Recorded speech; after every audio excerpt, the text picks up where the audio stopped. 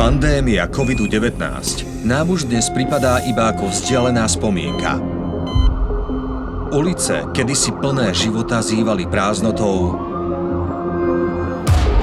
Kaviarne a obchody zostali zatvorené na neurčito alebo úplne. Deti namiesto školského vyučovania či hier na ihrisku mohli iba smutne hľadieť cez okná svojich izieb von.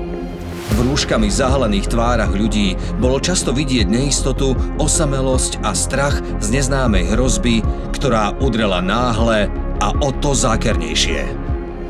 V čase, keď celý svet čelil hrozbe COVID-19, sa zamestnanci ministerstva vnútra v oblasti krízového manažmentu neúnavne starali o to, aby čo najefektívnejšie koordinovali nielen zdravotnícke a bezpečnostné zložky, ale aj ďalšie subjekty zapojené do krízového riadenia a s tým súvisiace činnosti. Často pri svojej práci čelili kritike. S odhodlaním však vytrvali.